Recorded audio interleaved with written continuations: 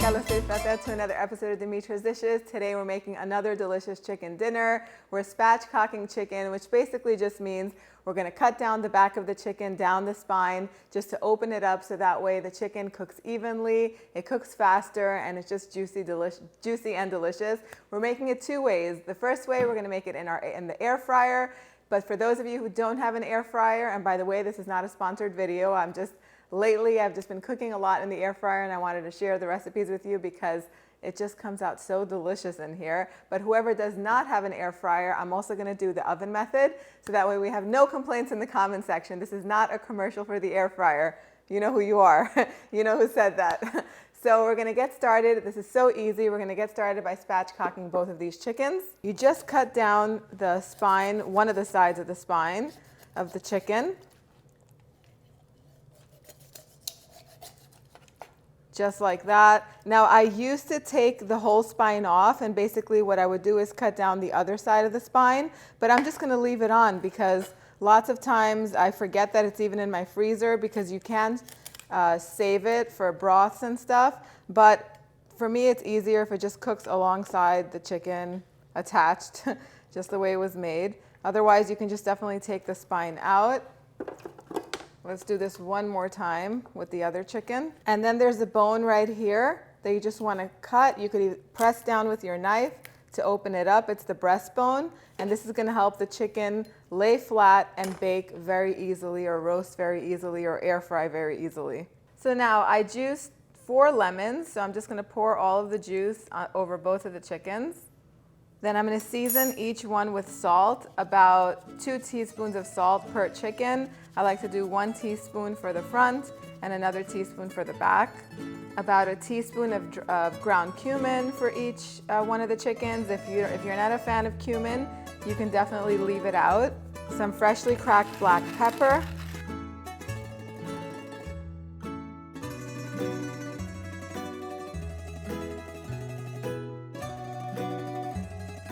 About 2 teaspoons of dried oregano for each one of the chickens. And we're going to do the same thing on the other side.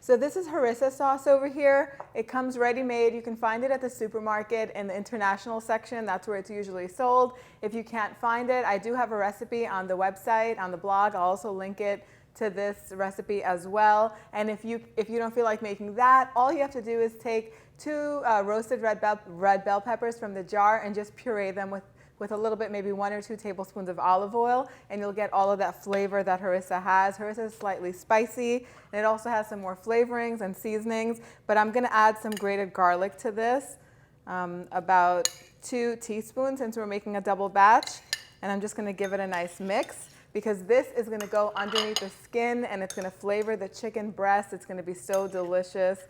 I love Harissa sauce. I love roasted red peppers in my food. So what I'm going to do is I'm just going to loosen the skin a little bit. You can use a spoon to do this too. You just want to make sure that there's plenty of space over the chicken breast, so that way the sauce can go in there and just flavor it well. And I'm just going to go ahead and spoon that in there. So I'm going to distribute all of this Harissa evenly between the 2 chickens over here. And this almost looks like it's not going to be enough. I probably need to double the amount, but that's all that I had right now. So one of these is going to go in the air fryer. The one that's going in the air fryer doesn't need any oil, but the one that I'm going to roast in the oven is going to need about 3 to 4 tablespoons of olive oil. So I'm just going to drizzle olive oil on that one. I'm going to leave the other one just the way it is. Now it's time to put it in the air fryer. So the air fryer is set to 370 degrees Fahrenheit, and I'm going to let it cook for 30 minutes until the top gets nice and crisp. Then I'm going to turn it around. I'm going to flip the chicken in there and let it cook for another 10 or 15 minutes, or until the internal temperature of the thickest part of the meat reaches 165 degrees Fahrenheit. In the meantime, my oven is preheated to 425 degrees Fahrenheit. This chicken is going to go in for about an hour, or until it's fully cooked.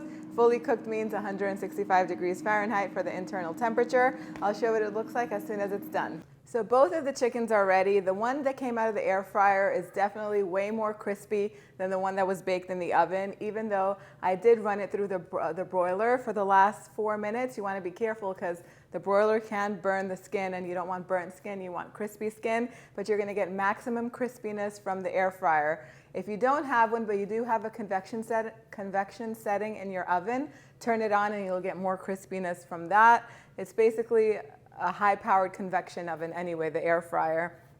So it's time for the taste test, but I'll say that it took 30 minutes on one side in the air fryer. I flipped it over and cooked it for 15 minutes, and then I flipped it back to the original side just so that the skin can get a little crispy again for 4 minutes, and then I let it rest. You always want to let meat rest once it's cooked so that way the juices can redistribute, instead of if you cut into it, then all the juices run out and you're going to have dry meat on your hands. And the one that baked or roasted in the oven took about an hour and 5 minutes. And then again, I also let it rest. And now it's time to do the taste test. So as you can see, once you cut into it, you have that harissa sauce peeking out. I'm going to have a little bit of the crispy skin from the air fried chicken. So juicy. That harissa sauce and the garlic is so flavorful and delicious. Definitely a winner in my book. If you're going to take out the air fryer, definitely make some chicken. Now it's time for the roasted one, the one that's old-fashioned roasted in the oven. A lot of flavor. I love the juices that get cooked in the bottom of the pan. They get concentrated as they cook off, and they are just so delicious. You don't get that with the air fried chicken because the fat and the grease and the juices drip down to the bottom, so that's one thing that you're missing. So it's up to you. Do you want crispiness or do you want the juices? If you have an air fryer and you want to start it off in the oven and then just get the crispiness in the air fryer for like the last 5 minutes, you can do that. That's an idea.